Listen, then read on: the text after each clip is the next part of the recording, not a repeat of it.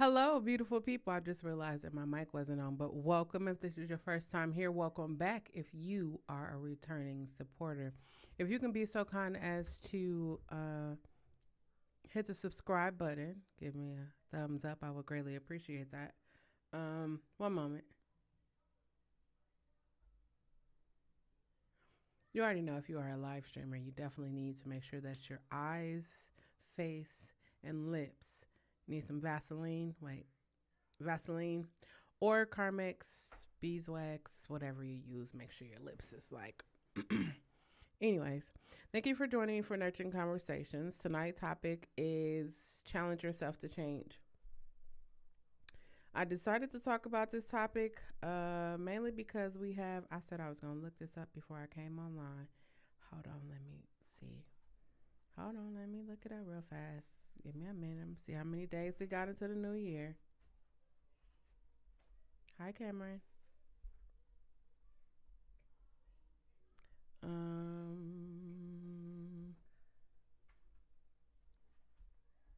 28 days. Okay. So, um, welcome to Nurturing Conversations. Let me go ahead and get my disclaimers out the way and then we will get into the conversation. I do not tolerate disrespect that is in any way, shape, form, or fashion that's towards me, towards anyone that appears on the screen, towards anyone that appears in the chat. Um,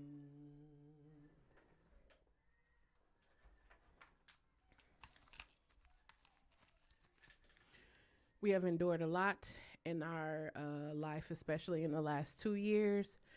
And I just want to be surrounded or be in company of people that are changing, have changed, are changing. So if you feel that you have no space for positivity, or you feel like you could only be negative, or it's your thing to judge or criticize, this is not the place for you. I'm pretty sure there's another spot on YouTube that you can go and hang out right now. There will be curse words. There will most definitely be tears.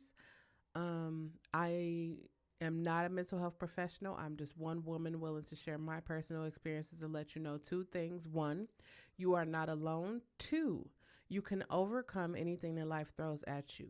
My opinions are my opinions. Your opinions are your opinions. We are here to have a nurturing conversations in regards to our opinions, with the hopes that we can gain an understanding of each other. Um, Let me see. Am I forgetting anything? No, that's about it. No disrespect. I would say please, but I'm just gonna ask you as a human being, don't be disrespectful. So tonight's topic is challenge yourself to change. If you have watched any of my videos this week, the focus was speak. Earlier this year, I said I wanted to be light, love, and positivity. And this has definitely been a journey for the last, well, since the start of the pandemic. I've been on a journey of healing and self discovery. And part of the discovery of the healing is learning to speak, learning to speak, learning to set boundaries, learning to just be open and vulnerable and honest. And as I'm journeying, I was like, you know what? I think if more people had someone challenging them to do better, they would probably do better. So, challenge yourself to change. I challenge myself to change. Like I said, I wanted to, you know, be light, love, and positivity. I feel like there's so much negativity in the world. Like, I need a space where it's like I don't have to worry about someone's opinions, judgments, or anything like that. Of course, this life is going to happen, but for me, I just wanted to create an environment that was conducive to positivity and supported my hopes, dreams, and aspirations, because I honestly feel like if you're in a place of negativity, the only way that you can get out is if someone pulls you through it. That's just my opinion. Cuz you could be in a place of negativity, and if you never see a way out, you will continue to live the cycle of negativity. And today I want to challenge you to change. If you have been doing the same thing for however old you are, say you've been doing, you know what, we're going to take for the pandemic. If you've been doing the same thing for the last 2 years and you have hopes and dreams and goals and vision boards and vision books and vision, whatever it is, and you haven't accomplished anything that uh, you set out to do, I want to encourage you. There's 28 days left in this year. I want to challenge you to change. I want to challenge you to not just put it on your vision board and say, oh, one day it will happen, but I want to challenge you to take the steps necessary to obtain the thing that you want to, the thing you want to do. Say you want to start a YouTube, but you feel like you don't have the equipment to do it. You don't have the right mic. You don't have the right lights. You don't have the right camera. I say this all the time, right? Everything Everything that I do on my YouTube, I use my iPhone for. Maybe you don't have an iPhone. Maybe you have a Samsung or an Android. You could use that phone until you get to where you're trying to go. But sometimes people just want to wake up and be there. I'm going to challenge you to do the work. Do the work. Don't wait till you get the right camera. Don't wait till you get the right lights, because who knows, it'll be 2025 before it all started. I'm going to challenge you right now in the next 28 days to start a YouTube. But Chelle, I don't even know how to start. I don't even know what to do. Pick up your camera. Here, I'll show you how to do it. You pick up your camera, right? You put the phone, maybe, I don't know how Samsungs work or whatever, but if you have an Android or an iPhone, pick up your phone and say, hi, my name is whatever your name is. Welcome to my channel. On my channel, I will do pranks, challenges, vlogs, how-tos, beauty, whatever. Don't forget to like, comment, and subscribe. Hit the notification bell. I'll see you in the next video. Boom, you done already started your YouTube. Sometimes I feel like we overthink. We see everyone else doing things, and then it's like we make it harder for ourselves. Like you see people do mukbang videos, and you're like, man, I want to do mukbang videos, but I don't got the money to do. Go in your refrigerator, go in your cabinet, and create something. Create something. I be creating stuff all the time. I remember when my nieces and nephews was over, and all I had was like some ground turkey and some noodles, and I was like, y'all want some noodles and meat? They thought it was a brand new thing. For me, I was like, hey, a win is a win. A win is a win. But no, challenge yourself to do. Like, if you want to write a book, like, don't just be like, okay, I'm going to write a book. Sit down, make an outline for what your book is going to talk about. What do you see? How do you see the cover be? Draw it. Even if you're not an artist, draw it out. Make a plan. Say, okay, say you want to have 12 chapters. What are you going to talk about in the 12 chapters? Are you going to have an introduction? Are you going to have an afterword? Like, what are you going to do? If you want to do a master class or host a seminar, what are you going to talk about? Where is it people going to be able to access it virtually? Or people going to be able to be in person? Like, have a plan. I think that was the most important part for me, was having a plan and knowing exactly where I wanted to go. Like, even with this whole podcast, I said, I have an audio podcast, right? And so I'm like, I wonder how it will work if I do it visual, like if I do a video podcast. And so I started Sunday night dinner and conversations, and that has grown into nurturing conversations. I just decided to, call it an actual podcast. But not only have I been having a good time talking or speaking or just acknowledging things in my life, but many of you have DM'd me, text me, emailed me. That lets me know that you really are paying attention to my description, because many of you found my email and emailed me about the topics, or how I pick the topics, or how the topic I talked about inspired you to start speaking. And that's pretty much what it is for me, is encouraging others to speak up.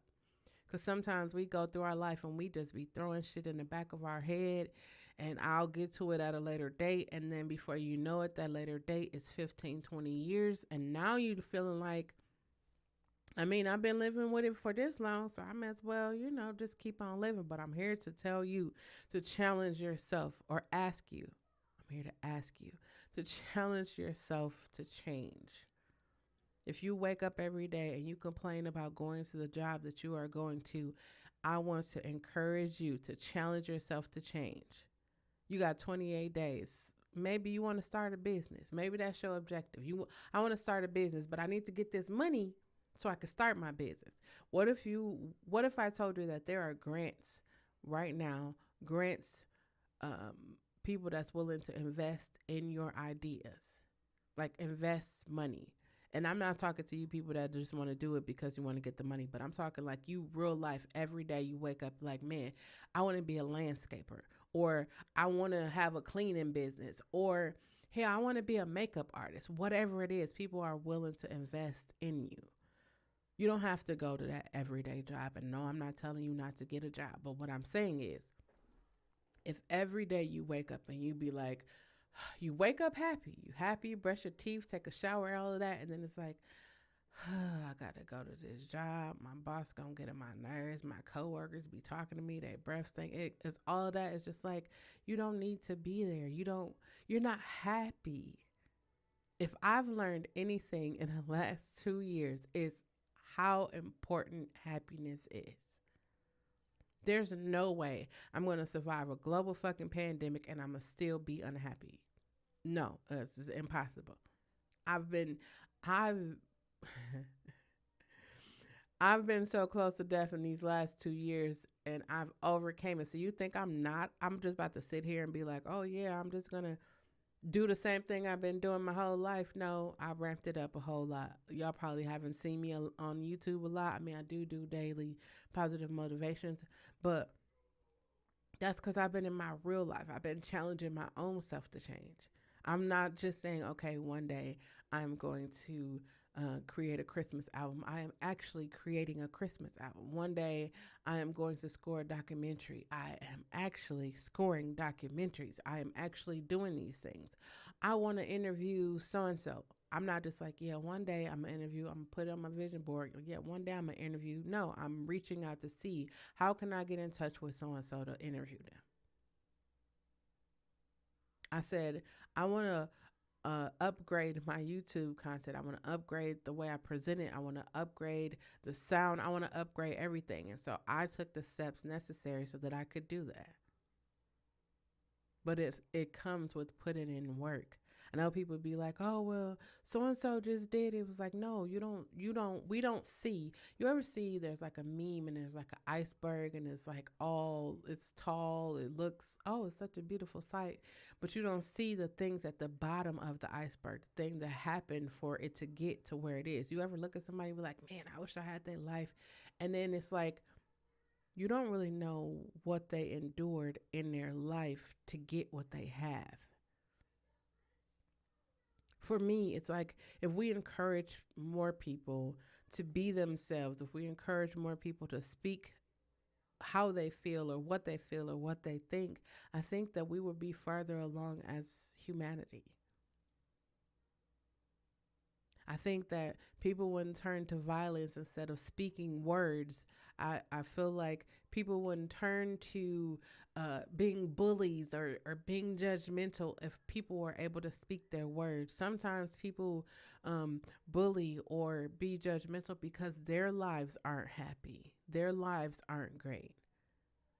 And that's not to say that everybody has horrible lives, but the reality of it is we all come from some place. Whether it's good or bad, we all come from someplace. And if we challenge ourselves to say, you know what, the environment I grew up in was fucked up and I want different. How do you get different? You do different.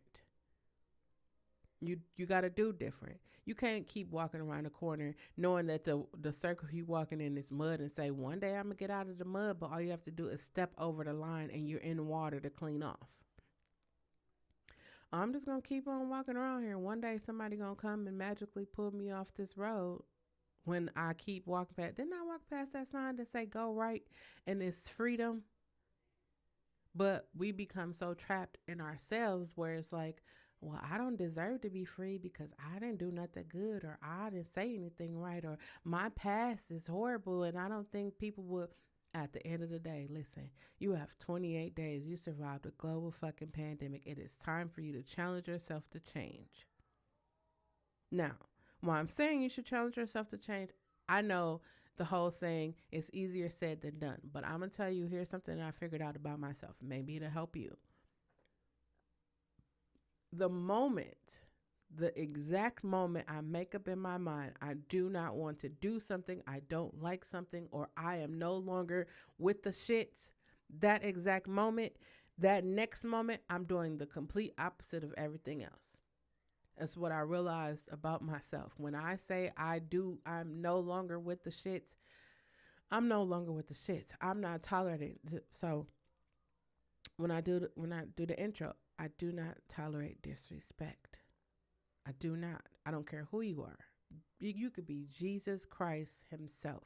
I am not tolerating disrespect. Not at all. It's a no for me. Because if I allow you to disrespect me, then that means that the door for disrespect is open. It's a no for me. We're going to close that. The door is closed. Especially given that we have all experienced a major traumatic event together, you and I. And it didn't just happen to me, it happened to everybody across the world. If we can't take the time to be considerate of other people's situations, it's just like if all of your life, right? If all of your life you ain't had shit, you ain't never, you every time you try to get shit, somebody like pull you back down. Now is the time for you to evaluate the circle that you are around, evaluate the environment that you in. Maybe sometimes we just need to move. I'm not telling you to pick up your shit and go to another state, but I'm saying just move. Move. Maybe you've been hanging around your cousins and you know like there's a bad vibe that's every time you get around them, you gotta talk about other people, you gotta drink, you gotta smoke, you gotta party all the time, you gotta do all that. And that's not really what you want to do. You want to be over here going to school, you want to start a business, you want to do whatever it is, right? You have to move. I know people gonna start saying we acting funny, but what? Who cares? Who really cares? Like literally, a year, 2 years ago, we weren't even able to go outside. We were all sitting in our houses wondering, like, okay, what the hell is going on? How are we going to survive this? Like, that's where we were 2 years ago. 2 years later, you shouldn't be like, oh, yeah, I survived that, but let me get back to doing what I was doing before. Knowing that you hated what you were doing before. You wished, you hoped, prayed, dreamed on your knees, crying out to God for a change. And then it's like, here's all the space and opportunity for you to do that. And it's just like, oh no, I need a sign. I need something to show me that when it's like you survived a global fucking pandemic, you are alive, you are breathing, you are hearing the sound of my voice, or you are watching me. It is time for you to challenge yourself to change. I know a lot of you are waiting for the deity that you serve to change you, when in reality, you have to take the steps to change. You ever try to help somebody and you've given everything you got to help them and you've given all you got, and the person still look at you in the face and be like, you didn't do enough? You know that feeling, right? That's how you should feel right now, with it being 2 years since the global fucking pandemic and you are 28 days away from 2023. You should feel like, man, I got a vision board. Man, I had these hope, dreams, and aspirations, and they didn't come to fruition. Why didn't they come to fruition? Maybe you are afraid. Maybe you are afraid. I want you to challenge yourself.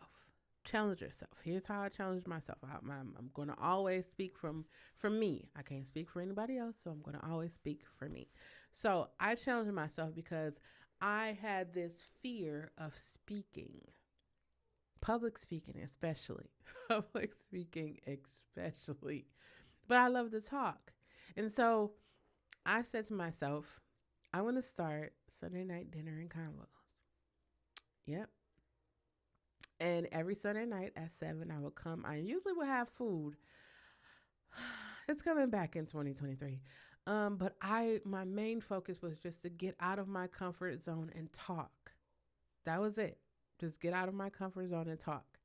So 2020, I started it. and I was talking and I wouldn't listen back to my voice because I hated the sound of my voice. I hated hearing myself, whether it's singing or talking, I hated it. And then I began vocal therapy, and then I just started listening to myself talk.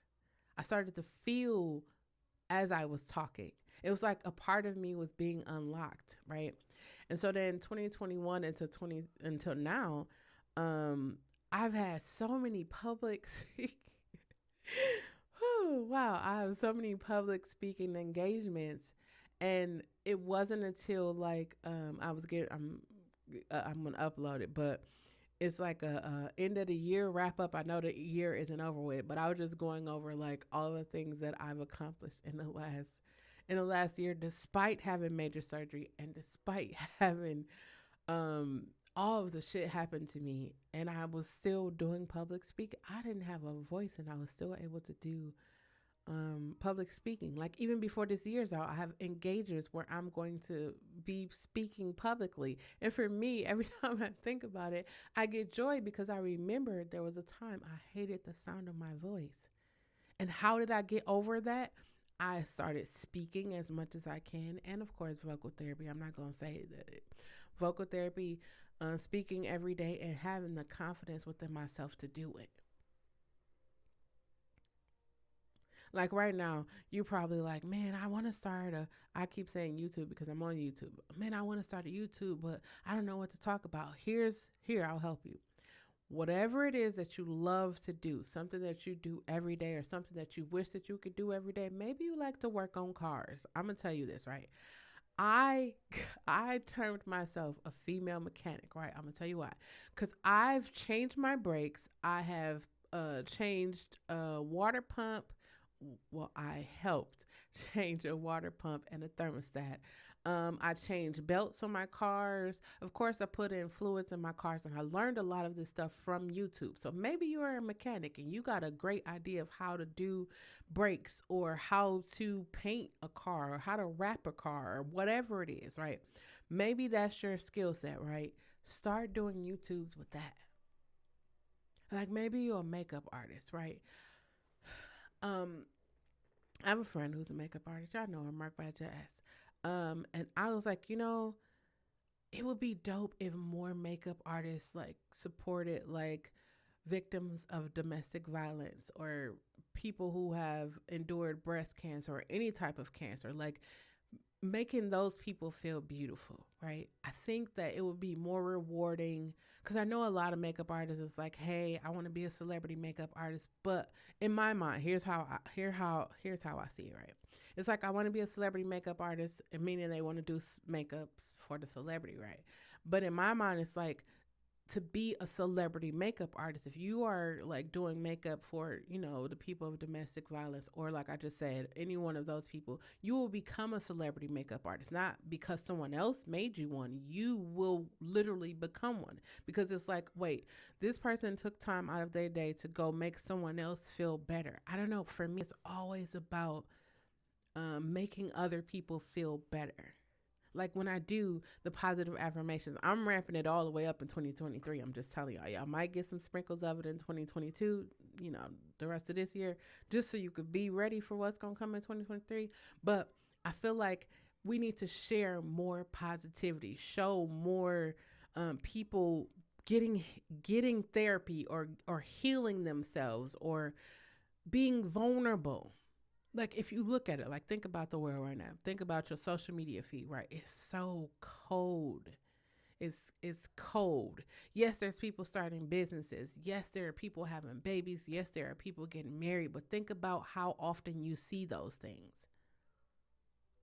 When I was going to therapy, um, when I first started therapy, let me say that. When I first started therapy, um, there was a study that said that you need 17 positive things to counteract one negative things. Think about how many things you see in a day. You got it in your mind? So I said, if I can do one video and put at least 15, I tried to get 17 and I'm thinking about it now. It's probably 17 different things in one video. So when I do my positive affirmation, if you watch my video one time, there's your 17 things to counteract the whatever you're going to see for the rest of the day. when I do Monday motivations. There's the one thing, the one video you could watch with 17 different things to counteract what you're going to see in a day.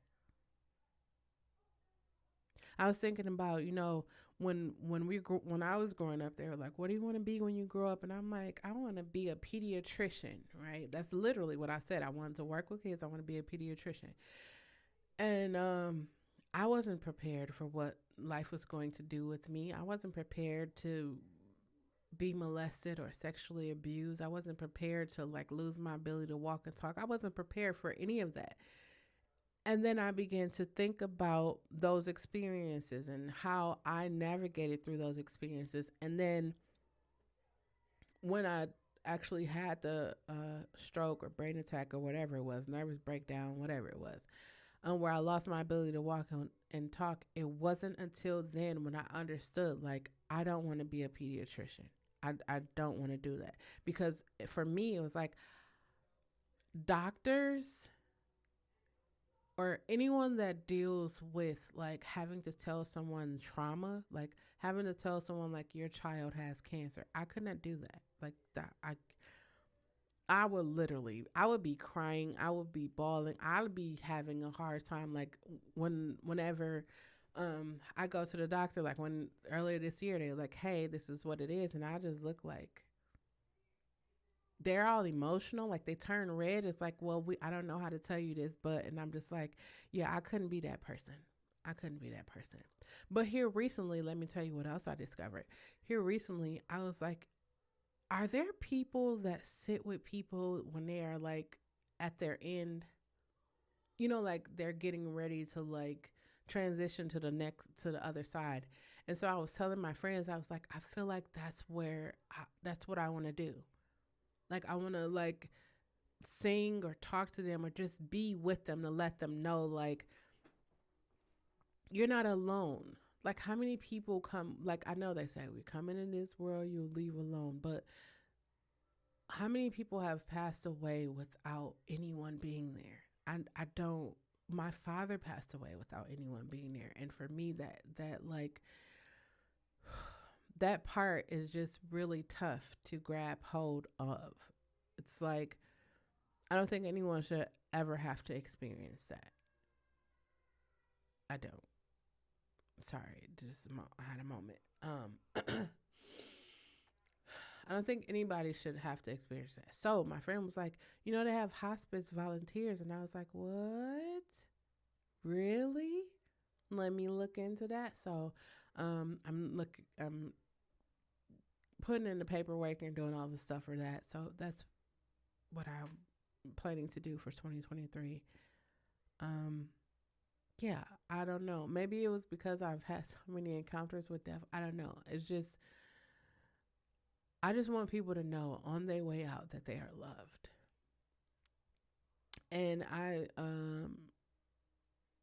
challenged myself to change in that way because I had this, when it comes to death, like I feel like I've experienced so much death in my entire life. Like I'm 42 and I can honestly say I've been to more funerals than I have weddings. I was over it, like over it. Like people would die and they're like, "Hey, are you coming to the funeral to wait?" No. I choose to remember them like I knew them before. And like now it's just like, no, I want to be there. I want to be there as people are transitioning. I want to be there just to let them know like you are okay. You're good. Talk to them. Make sure they feel loved. And I really feel like when I when I decided that I was no longer going to accept life for what it is. Like people will tell you, "Oh, you just need to be content in where you are." It's like, no. No. I know there's more to me. I know there's more to me than just I know there's more to me. There's more. And I wasn't giving everything that I could because I was afraid. And I shared this with someone. I said, I wasn't afraid because I couldn't do it. I was afraid because I knew that I could do it and what it would mean once I did it. I was afraid of success. Not that, oh, I'm not going to be successful. No, I know that I'm going to be successful. But what does that mean? What does that look like? And I'm like, how can I be afraid of something that I've been wanting my whole entire life? And so I just hopped off the porch. That's just a figure of speech. And I just started doing everything that I wanted to do. This last week, I've been saying, um, since I came back to YouTube, I've been saying like I want to set a schedule and I want to do live. So, someone a couple of years ago asked me, "Are you even a YouTuber or are you just a live streamer?" And that question stuck with me ever since the day they asked me that. And I said, "I am a creative that diversifies her creative offering. So I give you videos, I give you live streams, I give you shorts, I give you music, I give you vlogs, I give you mukbangs. I'm diversified in everything that I do. So at this moment, I'll say I'm a live streamer that also does YouTube. I'm challenging myself. I've challenged myself. Um, I'm currently challenging myself right now to create a Christmas album to have available for 2023. So, in doing that and challenging myself to change, I said it's 28 days left in this year. If I take 15 days and go live and record a song or like create the tracks to the song and record them, I'll have an album by the end of these 28 days. And I'll have an album that can be mixed and mastered, and then next October I can start, promoting it. And I'm gonna keep putting it off. I'm like, oh yeah, I'm gonna put it off till next October. Then it's gonna be December, and I'm like, well, I'm gonna do a Christmas album next year.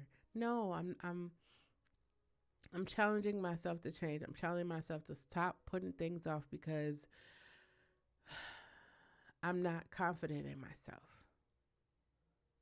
Yes, I just said I wasn't confident in myself. Like I sing, you see me. I have a bass guitar over there, there's drums over there. I'm sitting in front of a mic, there's a keyboard over here. I have everything that I need to be successful. So the only person or only thing that's stopping me is me. And I say that about me, but I'm going to say that about you because the moment you were born, everything that you need is right there. I know a lot of times people be like, but I don't have the money to do, but everything you need is right there. I remember when I would need something, right? And because I've always been a person like people will come to me for needs, it's like I need something and I wouldn't tell anybody that I needed. I just, hustle to get what I need. But it was like, no. In my 42 years of living, I learned I'm going to tell you what I need. And that gives you the option to either get it for me or show me how to get it or provide me with the resources or just be like, hey, so and so going to help you or I'll help you. That's like when people be like, I don't have any food in my house, and people be like, well, God gonna bless you, and then you got a whole freezer of food. My mind just be like, well, why don't you go in your freezer and give them? And then you have the people that be like, well, what about my family? It's like if you have a freezer and a deep freezer, you have more than enough food for you and your family. And who's to say that you blessing somebody else with food, God or whatever deity that you serve wouldn't give you more? Like challenge yourself. I'm gonna challenge you this week, right? If you go out and you see somebody holding a sign, if you see them holding a sign, say "We'll work for food" or "Can you give me money" or whatever, right? I want to challenge you to just give it to them. Don't even think about what they're gonna do with it, why they need it. Just give it to them. Just give it to them. Just look at them. Here's an even greater challenge, right? Look at that person and put your face, literally, you could do this. Well, not literally, you could do this, but put yourself in their shoes. If you were standing out there with a sign, I know your mom was like, I'd never be standing out there. Hey, I said the same thing, but I was homeless before 8 years ago. I was homeless. And I thought I would never be homeless, but I was. And I'd always put myself in that person's shoes. If I was homeless or if I was hungry and didn't have any money or anything, what would I want people to do? I've always been one of those treat others how you want to be treated type of people. Always. I'm never going to be disrespectful. I'm never going to do any of those things because I don't want you to do that to me. And besides, like, people need to know that they are loved. Loved. I drive. I say like I I went to the store and I got like the little waters, little like chip pack, little box of chips with the chips in there, fruit snacks, all this stuff. So I keep it in my console, right? Because I don't be having money to give. I wish I did, but I don't have it like that like I used to. Because I got businesses. I'm trying to like really really establish. I'm putting time, money, sweat, equity, everything in there. So I was like, let me get these things. And when I see people, I go into my console and I give them that, right? And now they have a sign to say money, but I give them the water, the chips, the fruit snacks, or whatever I got, right? And they are so happy. They're so happy. Now you do have some of them that be like, "This all you got," but it's like at the same time they were like, "Well, I'm grateful for it because." But for me, it's like just to be able to see them smile. Like I want to do. There's this lady. I forgot her name, but she has a truck and she gives away tents, sleeping bags, blankets, food. Like she gives this away, and so I'm thinking like, okay, Christmas is coming up, and of course I'm not gonna vlog it. Let me say that like right now, I wouldn't vlog it, but I just want to do that. Like I want to give back. Oh, I got so emotional right there. I just want to be able to give, right? Because like it's holiday times, and some people don't have family, and some people have family that they're not really close to, and it's just like it's a time where families will usually come together, but the way the world is right now is just like, and I just don't want people to be without. I don't want people to be without. I was like, I know why God wouldn't make me a millionaire. Cause I'd have be done help. I would have helped so many people, and people be like, "Yeah, I'm gonna do this," and like, no, I real life. Cause I be thinking, right, I like statistics, right? There's a statistic said there were 5 million people. I think it was like 5 million homeless people, right? But then they said it was 17.5 million abandoned homes and buildings across the world. And I thought to myself, that would be dope if somebody bought like an old school building. Picture this, right? Go with me. That would be dope if somebody bought an old school building and like converted it into like a homeless shelter or like a housing something where the homeless people can go, right? Or because a lot of times it's like it's not just most people would just be thinking like, oh, it's just old men or they drunk or they on drugs or wherever they homeless, but it be women with children out here that's homeless too. And I be thinking about that like, man, they just need a safe space. And then in Wisconsin, it get cold. So like a safe, warm space. You know, I me and my brothers were talking, and they were like, "Oh, we should buy a house." And my other brother was like, "Oh, I think we should buy land." I was like, "Hey, I'm with buying land, and then we could have a whole little tiny home community." And my other brother was like, "Yeah, we should do that." And I was just like, "But who gonna look up what we need to do it?" And then it was like, yeah, it was that. It was silence. And I was like, no, don't worry. I got this. I got this. I would love to live. So I've been telling them, I'm challenging myself to change because I'm like, I've been living here for 8 years since I've been homeless. And while I do appreciate this home, I think I am ready for a sprinter van. I'm ready to become a van lifer. I've been saying this for the last 5 years. And I feel like I am ready to embark on that journey. And people were like, "How are you going to do that? I mean, you had a whole house. What are you going to do with the stuff in your house?" I said, "I would put it all in the garbage. Except for my studio stuff, but I would put everything else in the garbage. I wouldn't even care. I mean, of course, my shoes or whatever I can take, whatever I could take, my TV, and I could put that in my Sprinter van. But everything else, I wouldn't care about it. No, no, no, no, no. If that mean I could like downsize, of course I would do that in a heartbeat. So I'm thinking this week I'm gonna go and check out some Sprinter vans, some RVs, and see, challenge. I can't say I want to do something and don't do it. I'm even thinking about renting a Sprinter van and just doing it for a week. Maybe go up north and just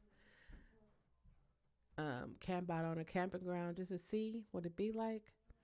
Um, But yeah, I'm challenging myself. I challenge myself every day. I challenge myself to go to set a schedule and work with that schedule, and I have done great. I just challenged myself to learn a new software. I was spending 400. I spent $490. Where I got $490 from, I don't know. But I spent that on this software. If you watched in the last year, I use it on the software that could let me put my own logos and um, share screens and invite people on the screen. All of that. I spent $490 for that. And then I found this new software. It was like, all I have to do is download it and figure it out. I've been figuring it out. And I don't got everything all worked out, but I'm pretty sure by January I could figure it out. I know how to do transitions. I know how to put the music in there. I'm learning. When you know better, you do better. So I'm challenging myself. Like I challenge myself. I have a challenge for myself. On my ASMR channel, I want to have 100 videos before December 31st. It's a challenge. It's not saying that I'm just going to spend all of my time doing ASMRs. I probably will because life has been great to me. And I have nothing but free time, space, and opportunity for the rest of this year to do that. So I'm going to challenge myself to do that. And I'm challenging myself to complete the book. You know, hear me talk about writing a book. Complete the book. That's my thing. Or no, I'm not gonna. I'm gonna say I'm going to challenge myself to at least have a solidified outline for the book because I am writing a book. Actually, this will be my third book, which I'm really excited about. I'm going to do more. It's like, so I challenged myself, right? Because I never celebrated or talked about any of the things that I have accomplished in life.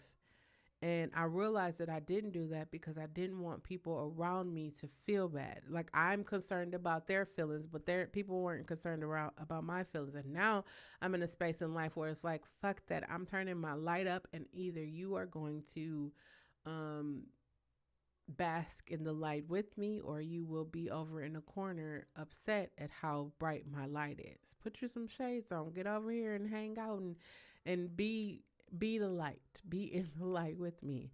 So yeah, I'm turning up. I'm super excited. Oh, I have to do a video. I'm gonna upload a video. My audio podcast that I do is called Melanated Musicology. It has been nominated for the best of Milwaukee. I live in Milwaukee, Wisconsin. It's been nominated for the best of Milwaukee, so that's pretty dope. Um, I got season 2 coming in January for that. This here podcast is definitely picking up. I got some new things that's gonna be happening in 2023. So yeah,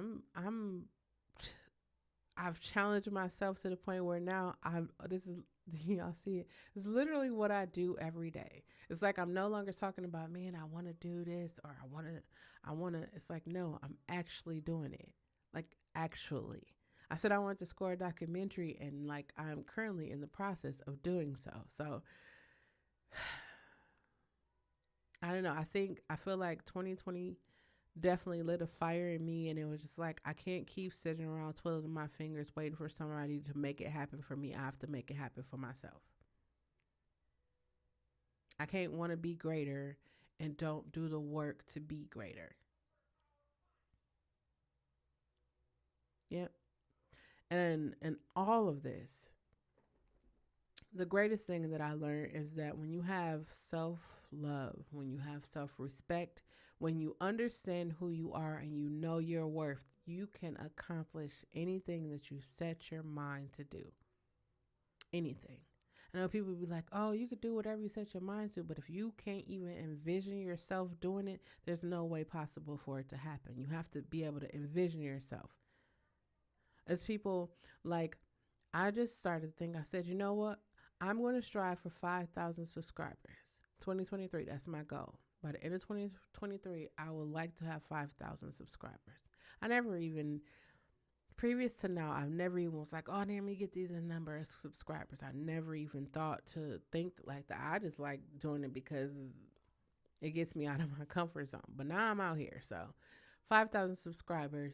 Um, and I want to say that's across all my platforms, every platform, Twitch, TikTok, YouTube. Um, yeah, I'm gonna do it. I'm gonna do it. So here's what I say, right? Um, I have asked my way through a lot of things. I'm being vulnerable right now. I have asked my way through a lot of things in life, and I was really successful, like really successful. And I'm laughing because it's like there's no way possible that I should have been successful in the half assing that I was doing. And so I thought to myself, why don't I just give it my all? If I give it my all, if I half assed it and I was successful, imagine what would happen if I gave it my all. And so I've been giving it my all for these last 2, 3 months. And when I tell you, the smile, I can't stop smiling. It's just overwhelming. The rewards, everything. It's just like challenge yourself to change. Challenge yourself to change. Just do that. If you've been in a relationship and you are like holding out hopes that one day it will get better, and I'm not saying that it won't get better. What I'm saying is do not continue to go around the mulberry bush hoping for something different. If you're doing the same thing and you're looking for a different result, the definition, the dictionary says that you are insane. That is the definition of insanity. You have to do what's best for you. Challenge yourself to change. If you are a parent and you are falling in the same traps that your parents fell in, I want to encourage you. I'm going to talk to parents for a minute. I want to encourage you to do different. The world that we live in is incredibly crazy right now. What do you want? Sorry, y'all. Can you sit right there? Sit down. Yeah. No, don't play the scary one. Sorry, y'all. I want to challenge you to get out of your comfort zone. You have 28 days. No, don't play that one. And he gonna still play it anyways. You have 28 days to make a plan, and I got a video coming this week. I can't tell y'all about that, but I have a video coming this week, and I'm going to assist you in doing that. But you have 28 days to make a plan, figure out where it is that you want to be in life. If you know, so I feel like, okay, say parents, you are a parent, you've been a child before, so you understand what it is. Like, the world is such a crazy place where there are people who are out here preying on children.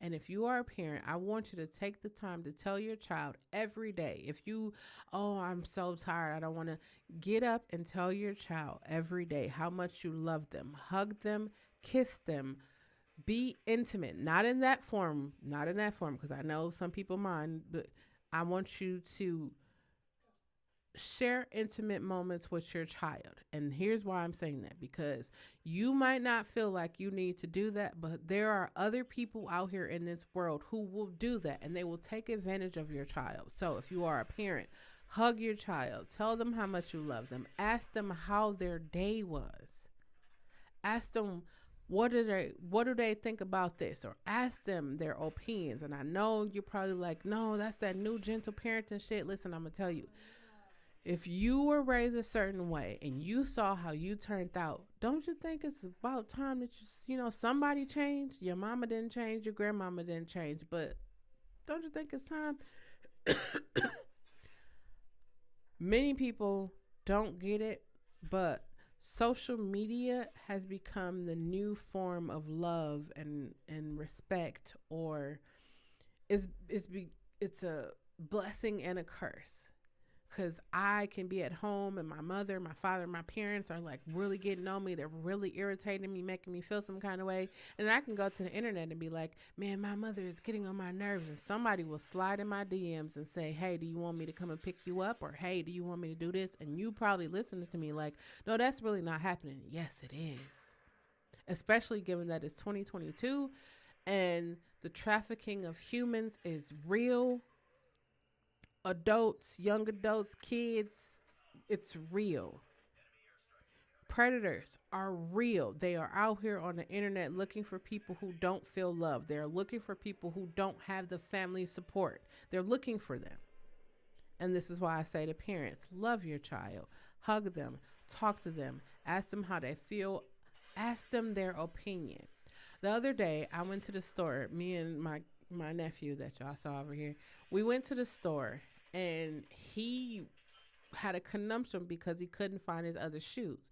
So I was like, "Hey, put this one put this one what's those shoes called?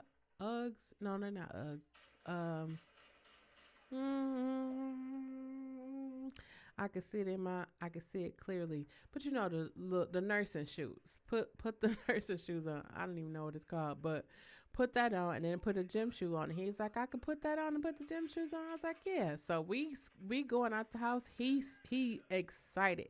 He's so excited. He just keep looking at his at his shoes and he just patting his foot, and I'm just laughing because I was like, yeah, he cool. So I go into Walgreens. The man was like, there was a grown man. He was like, oh, ma'am, you know he got his shoes on the wrong feet and they mismatched shoes. I was like, yeah, I'm giving him, um, I'm allowing him the freedom of expression. He was like, oh, and then he looked at my nephew and he's smiling from ear to ear. He's so excited and he study tapping his foot. I'm just laughing because I'm like, y'all didn't see the whole consumption that he had because he couldn't find his other shoe. And I'm like, well, I'm not going to leave you here. So what we going to do is we going to take these two shoes that you got right here and we going to go. And he was so excited. He couldn't wait to tell everybody that I let him wear it. And so they was like, yo, you're not supposed to let him go outside. You're not supposed to. I was like, what if one day, he doesn't have? And that's not to say that he won't have because, as long as we are alive, whatever. But what if one day he doesn't have it? He won't feel like, oh, I don't got it. Like, think about all those kids that don't have Jordans or Miss Me jeans or whatever the latest trends are. What if they don't have that? What if they only have Walmart or Target? Now they're feeling bad because they don't have what somebody else's have. That's not in my watch. You're gonna be comfortable with whatever you have. He was too. When I tell y'all, he was too excited. He didn't care. They felt good. It was the right shoe for the right foot, and he was fine. And long as he was fine and he was happy, I was cool with it. And then when I told the man I was freedom of self expression, he was like, you know what, more people need to do that.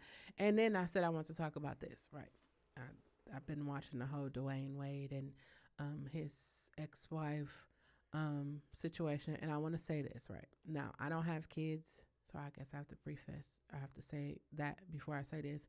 I don't have kids. However, I do feel like parents, a lot of times, all the times, most of the time, um, think about themselves when it comes to their child. Then they think about their child because a lot of times, I'm pretty sure you have heard this. You're a child, so stay in a child's place, or I'm the adult, or they even say you could do that when you're 18, when you're grown and you out of my house, right?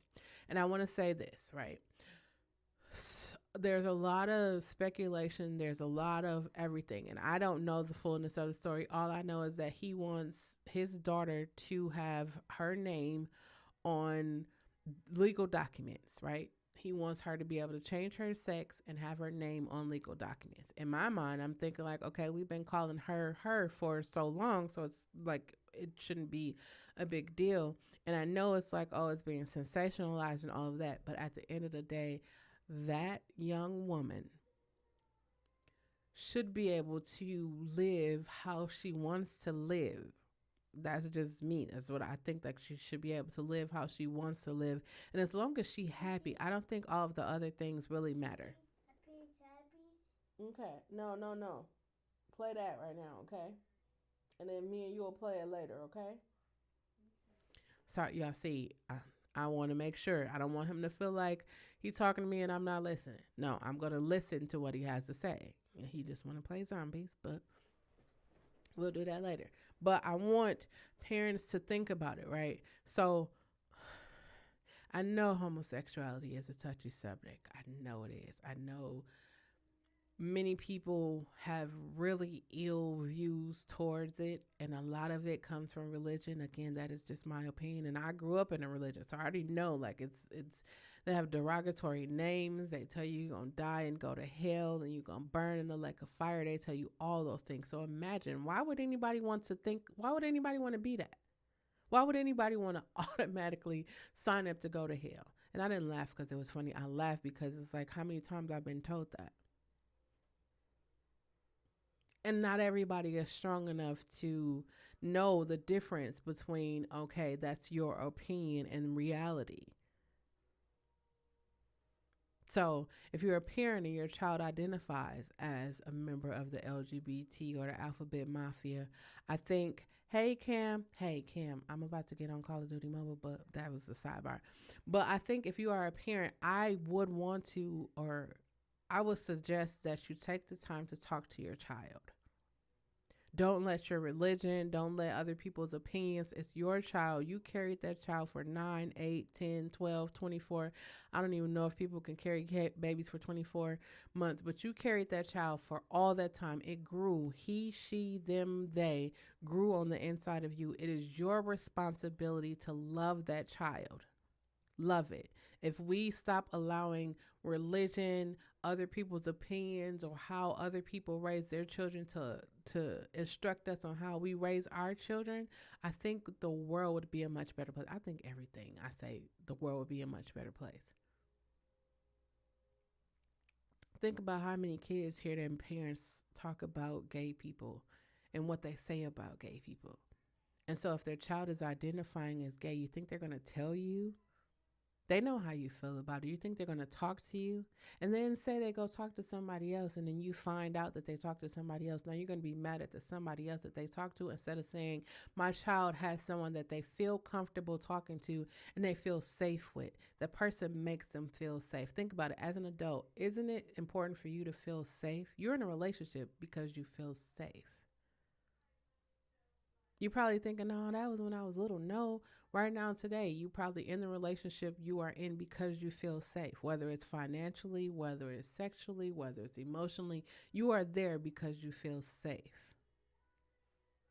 I will always and forever be an advocate of parents who have homosexual children to be a part of their lives. I don't care what religion you are. I don't care what your beliefs are. I will frequently say it is important for you to love your child and be a part of their lives. Imagine, can you think about how many people are out here feeling abandoned or rejected or feeling just horrible because the people that they were born, the families that they were born into don't love them? I say it every time I do a video. If the people cannot accept you for who you are, they don't deserve to be in your life. You know I'm gay, but I'm just not, I'm supposed to turn my gay off when I come around you. It's a no for me. You should be able to be who you are each and every day.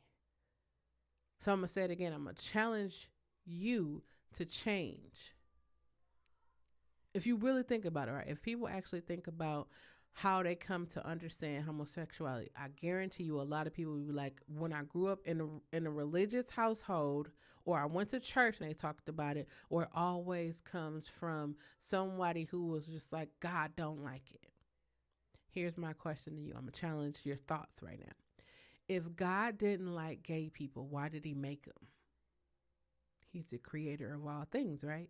If he doesn't like gay people, why did he take the time out of his busy, busy schedule to make them?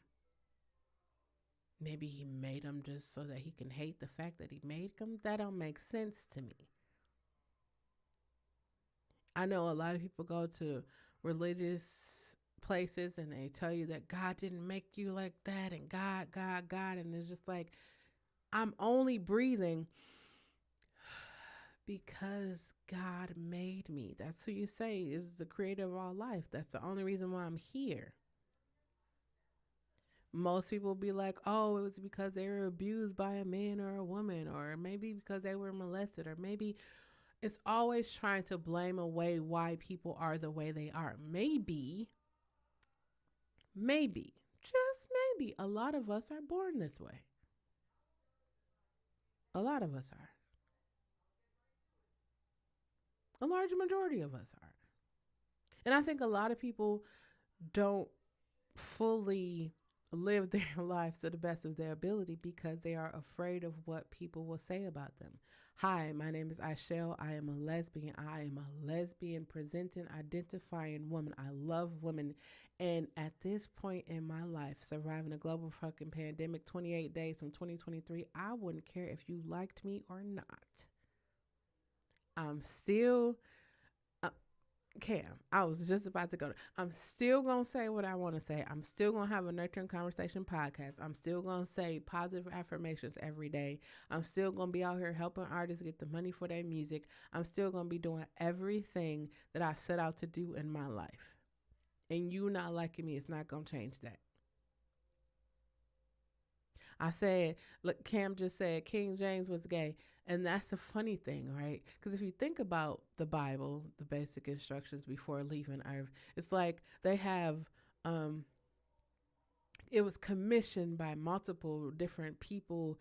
And I heard one guy say, well, it was commissioned by multiple different people and they told the same story, just different points of views. And I was just like, but the reality of it is, was none of them met Jesus. None of them was around when he was around. None of them knew him. It's like, okay, here I'm gonna challenge your perspective again, right? How many times in the Bible, 66 books, have you heard of Jesus going to church? And I know I'm gonna probably catch some slack from that, but that's cool because I'm with the shits. I'm really with it. How many times have you heard Jesus go to church? So in 2023, I said, here's why I'm asking that. Because I said, I think people should tell the Bible in like a real and raw way. So I'm gonna be that person that's gonna tell the Bible in a real and raw way, right? I'm gonna tell you I'm gonna tell you the Bible stories, right? So let me tell you this. Let me drop this on you, right? There is only 3 times Jesus was alive for 33 years. He walked the earth. You only heard about him 3 times going to church. The first time he got lost. He was young. He got lost. He was in there teaching them people like, yeah, y'all not talking about what my daddy said you're supposed to be talking about. Y'all doing y'all own thing. The second time was when he was in there and he turned over the tables and was like, y'all turned my father's house into a den of thieves. And the third time, I think, is when he got left there. His parents left him there. Like 2 days. They didn't notice that their child was gone. He was just there. He was telling them like, hey, y'all not, this is not what y'all not supposed to do that. That was 3 times.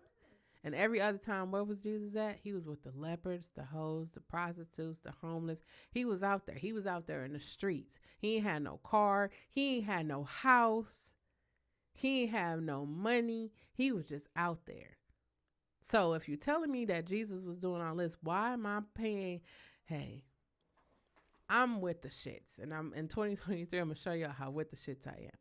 I'm going to tell y'all all of the greatest Bible stories that you heard from a real person's perspective. Because, they talk in the Bible about homosexuality, right? But they don't tell you the real stories of that I consider to be stories of homosexuality. And I'm not just going to paint it like that's what it is. I'm going to tell you the realness of it. Because I'm pretty sure you probably heard the story of Sodom and Gomorrah, right? And they're like, the only thing that makes that story gay is when people say, oh, they told the people to come out, bring the people out so we can know them. That doesn't make the story gay. That doesn't. That God destroyed Sodom and Gomorrah because they was gay. No, that's not why God destroyed Sodom and Gomorrah. But if you don't read the scriptures, if you don't know the Bible, you will believe that. Why? Because it's been repeated for years, decades. It's all people talk about when they talk about it in the church. That's all they talk about. I personally feel like those people haven't even read the Bible, because if you read the scriptures, and I'm saying this as a person who read the Bible from Genesis to Revelation, I could tell you, before Jesus even went, now I'm talking all biblical, but I'm going to tell y'all this, right? I'm challenging you to change. I'm challenging you to see life a different way. Before the angels even, like, no one even questioned, why did the angels go to the city, right? No one ever even asked that. But I'll tell you, I'm going to give you a little tidbit of the stories I'm going to give you in 2023. So, before Jesus even sent angels to Sodom and Gomorrah, There was a conversation between Abraham and Jesus. Jesus told Abraham, Jesus said this. He said multiple times in the Bible. I don't know if y'all read it, but he said multiple times in the Bible, I hate the day that I created man. And in this case of Sodom and Gomorrah, he said he hates the day that he created men. And he said because they don't take care of the poor, they don't take care of the widow, the orphan, and they don't take care of somebody else. It's actually in the scripture what he said. And so he told Abraham that he hated the day that he created. And he said, I am going to destroy Sodom and Gomorrah. Right? Listen, stay with me. Stay with me. He said, I'm going to destroy Sodom and Gomorrah. Abraham said, if I could show you 100,000. It was a really large number. He said, if I could show you this many people that love you, that believe in you, that live by your laws, will you save Sodom and Gomorrah? Jesus said, if you could find me that many people, I will save Sodom and Gomorrah. Abraham thought about it. It was like, wait a minute, I don't really know that many people. Now let me just pull this back. He said, what about if I could find 10,000? Jesus said, hey, if you could find 10,000, I will save Sodom and Gomorrah. Abraham was sitting over there again like, oh, man, I don't even know if I can get 10,000. What about 1,000? He bargained them all the way down to 1. He said 1. He said, what? He said, could you allow me to get my nephew, Lot, and his family out of Sodom and Gomorrah? And Jesus was like, yeah, I will send 2 angels. Remember, I said people don't know how the 2 angels got there. He said, I will send the 2 angels to guide them out of Sodom and Gomorrah. He said, according to the Bible, he said, tell them not to look back or they will turn into a pillar of salt. Y'all remember that part? So Jesus sent the angels down to Sodom and Gomorrah. These are 2 new people who we ain't never seen you. I don't know you. You don't know me. Come on out here so we can know you. You a stranger in our land. That was the whole conversation. Come on out so we can know you. And then as the church people would tell it, because most times when they be trying to get you to think about something, you go down. Fear taxes is what church use. That's my opinion. Church uses fear tactics so they can get you to like, I don't want to say brainwash, but they use fear tactics to manipulate you to think about stuff, right? So the 2 angels come out so we can know them. And then it was like it got warped into, that's why they were gay. They were homosexuals in the city. It was like, think about how many times in the Bible homosexuality was mentioned. Think about it. Think about it. Don't worry, I'm going to tell you stories all about it. So anyways, so God sent the 2 angels. They go, they get Lot. They say, hey, Lot even was like, hey, I can give you my 2 daughters. The angels was like, no, we're here to get you out the city because Jesus is about to destroy it. We don't want to leave our home because we've been here for forever. Jesus is about to destroy this damn city. Either you're going to come with us or you're going to be over here destroyed. Now the people outside is like, who is these people? Come on, Lot, tell us who they are. What's going on? So Lot in there like, but I can't leave. This is gonna look suspicious. And then they was like, okay, so y'all gonna be the boyfriends for my daughters because they virgins or whatever. They ain't got nobody. So y'all gonna be the 2 men that come to seek my daughters, and we gonna leave up out the city. So they got up out the city and it was going up in the mountains. And then what happened to Lot's wife? She couldn't. That was her home. She grew up in Sodom and Gomorrah, so she turned back and allegedly she became a pillar of salt. But past the decades down the line, Sodom and Gomorrah have become the city for homosexuality, and that's the reason why I destroyed it. No, God destroyed it because he hates the day that he created man. That's why he destroyed it. Now, if you want to know homosexual escapades from the Bible, stay tuned to this channel. You should definitely hit subscribe because I'm definitely going to tell you. I feel like we need to talk about them. I feel like we need to talk about it because people have this warped sense of homosexuality when it comes to real life. It's like, oh, they're gay. Don't touch them because, like, I'm gay. So there's people out here who really think that if you talk to me, you're going to be gay. Like, if I touch you, oh, you got this gay touch. People really think that. And I'm going to challenge you to change your perspective because think about it, right? When was the last time a gay person beat you up? Or gay person robbed you, or gay person did anything other than love you and you had a good time with them. Now it is gay people that do stuff like that, but think about it, right? If God is love, Why isn't the first thing that happens when we see somebody of that are not of our persuasion is love? Why doesn't love the first thing that happens? We'll talk about all of that. We're gonna talk about all of that throughout this next coming year because I want people to have a balanced view. Right? I feel like people don't have a balanced view when it comes to humanity or life. Because people are really out here hating their kids, putting their kids out, disowning their kids because of their being gay, and they feel like because God don't like that. God don't like that, so I don't like that. Here's a one that you probably should pay attention to, right? People will be like, "Oh, it's an abomination for a man to lie with a man," right? And so people be real starch on that. But everybody who eats seafood boils, you are committing an abomination because many of the things that are in a seafood boil, like the shrimp, the crabs, it eats like the dirt. It eats the stuff at the bottom of the ocean floor, and that is abomination. Shellfish is an abomination.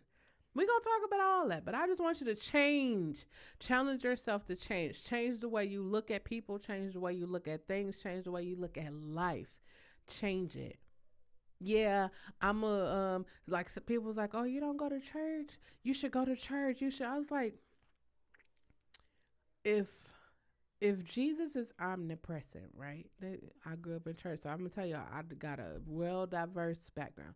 If Jesus is omnipresent, right, how come I can't sit in my bed and talk to Jesus while he's there? Another thing that came to my another question that I had, I'm gonna pose y'all because I'm challenge you right now. If Jesus is omnipresent, that means that the devil is also omnipresent, right? Because Jesus is the devil is Jesus' alter ego. You know, like Beyonce and Sasha Fierce. Like people don't look at it like that, but I'm gonna give you a quick story, right? There's this guy in the Bible, and his name is Job. I'm gonna give you a full story about this over in my Bible stories from the Bible time. That's what I'm gonna call it. So there's this man. His name is Job. He rich. He got beautiful children. Got a beautiful wife. He got everything everybody could possibly want. So Jesus was like, Job, that's my boy. That's my guy. He gonna rock with me through thick and thin. And the devil came and was like, hey, are you sure? Jesus was like, yeah, I'm sure. Yeah, I'm sure. That's my boy. He gonna rock with me through thick and thin. Then the devil was like, well, let me test him then. And Jesus looked at the devil was like, let you test him? Yeah, let me test him. Let me make sure, what if I take his kids or his house or his money or whatever? Would he curse you? Jesus was like, you know what, Joe, my boy, I'm gonna let you go ahead. Go ahead. You got free range. The devil took everything that man had away from him. Everything. And what did Jesus say? I told you it was my boy. He was going to still serve me. And in my mind, I thought I said, you knew that. Job was an innocent bystander in the whole thing that you and the devil had going on. But you allowed Job to go through all of that just for two reasons.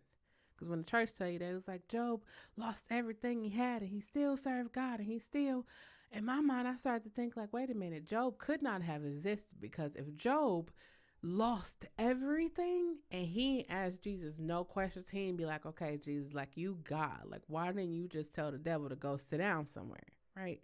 This is how I'm gonna tell the story. Why you didn't tell the devil to go sit down somewhere? Why you had to throw me up under the bus? I mean, I'm gonna serve you, but you ain't have to throw me up under the bus. Like I literally lost everything. Now, granted, God did give him everything back 3 times over, but it's like he didn't have to go through all of that in the first place for you to prove to the devil that he was going to serve you because you already knew that he was going to serve you. You see all of that? See all of that I just told you? When the whole moral of the story is that he believed in God and Jesus was like, get him. Like a dog, like get him. And he got him. And his wife was like, why don't you just curse God? Because, you're going to die anyways. He done took everything. He don't love you anymore. Don't we have people like that around us? Why you want to open a business? You don't know nothing about starting a business. You don't know nothing about finances or accounting or LLCs. You don't know nothing about that. Don't we got people like that around us? I'm going to challenge you to get up. I'm going to challenge you to move. Move around from those people. That's what my Monday motivation is. Challenging you to move. Challenging you to think If you've been thinking a certain way, if like you, even if you grew up in church, right? When I was growing up in church, they was like, you don't question, you don't ask God questions, you don't question. And I just thought to myself, who the hell is you talking to? Because I ask questions about everything. They call me a cynic, right?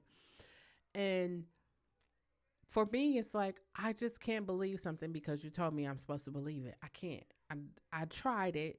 It don't work because my mind still be trying to figure it out. Like, wait, I'm supposed to believe that God hate gay people, but He created gay people. That don't make sense. Why did you spend your time creating them if you hate them? That's like if I know I don't like somebody, I'm not gonna be all up in your face smiling and laughing and giggling with you. I don't like you. I'm gonna be over here doing what I be doing, and you gonna be over there. That don't make sense to me. It it don't make sense. God got this big old building. He can't pay his own bills. It don't make a lot of things don't make sense to me. But that's all I got though. I want you to challenge. I want to challenge you to be different. I want to challenge you to think different. I want to challenge you to change. I want to challenge you if you've been doing the last 2 years, right? If you've been saying to yourself, I got this vision board, I got this book I want to write, I got this YouTube I want to start. If you keep saying it every day and you have done nothing to get there, I want to challenge you in the next 28 days to put a plan in place and start working towards it. Start doing that. I want to challenge you. I know I went off on a little tangent about religion. I do that a lot because I be feeling like people need to be challenged, like their brain needs to be challenged, like the whole story. Like no one has ever questioned the story of Sodom and Gomorrah. Well, outside of me, I don't think anybody else has ever questioned the story of Sodom and Gomorrah. People probably have, but they never would bring it up because then that would cause the church people to look at them differently. Again, I don't care how you look at me because I guarantee you, anytime I speak to you, there is something that I'm going to say to you that's going to be in the back of your mind and it's going to keep replaying. Like, wait a minute. And so now you're going to be intrigued because you're going to go read the story of Sodom and Gomorrah. You're going to be like, wait a minute, that's not why he destroyed it. So now you have questions and you're going to take it to your church and you're going to ask them questions and they don't know because they ain't read it. It's easy for me to be repeating stuff that I've heard my entire life. Like, watch this. What happens here stays here. How many times have you heard that? And so then when you get ready, you go through fucked up shit in your home and you go outside and you don't talk about it because that's your house. You can't tell on your mama. You can't tell on your daddy, sister, brother, cousins, auntie, uncle, grandma. You can't do that because that's family. You're supposed to make sure that the family is good. But it's tearing you apart to hold on to those secrets. It's making you want to do drugs. It's making you want to unalive yourself. It's causing you harm. I'm going to challenge you to do different. I'm going to challenge you to be better for the next generations. I'm going to challenge you to change your mind. I'm going to challenge you to do better. That's the challenge. Challenge yourself to do better. That's all I got. That's all y'all see. It was a spark. I just want to challenge it to do better. We got to do better. We should want to do better.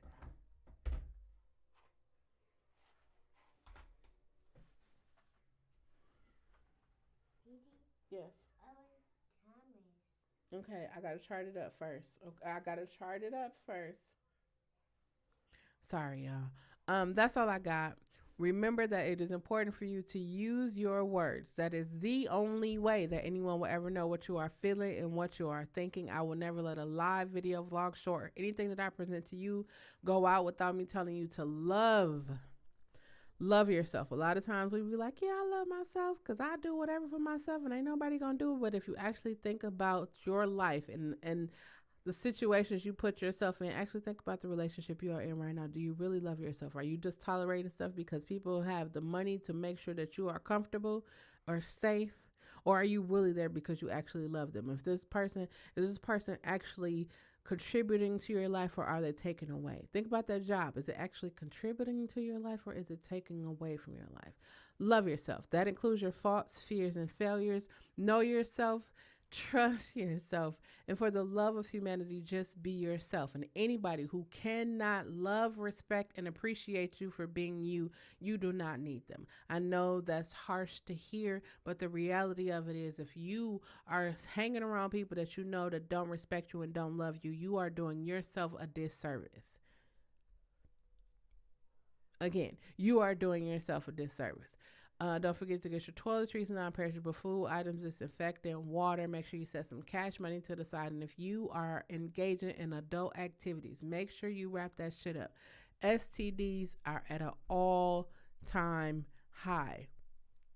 Here recently, they've been doing more talking about AIDS, HIV, and for me, that is terrifying. It was terrifying. I'm an 80s baby, so I grew up in the 80s when the time when it was crack, and it's terrifying, especially because people they're so younger. It's younger people getting it, and it's not just young people; it's older people getting it too. But younger people are getting it, and I just want us all to be safe out here. In addition to a high STD rates, there is still COVID, and the numbers are going back up. There's monkeypox, there's Ebola, there's a norovirus, there's a new panaflu. There's all these different things. Just be safe. Be safe. I want you to challenge yourself to change. You have 28 days left in 2022. How do you want your year to end? How do you want it to end, and how do you want 2023 to start? That's all I got. This has been a Nurturing Conversation podcast. Today's topic is challenge yourself to change. You know what time it is. If you don't know what time it is, I suggest you watch the Finger Sweetie because they will tell you. Until next time, I love you. Peace.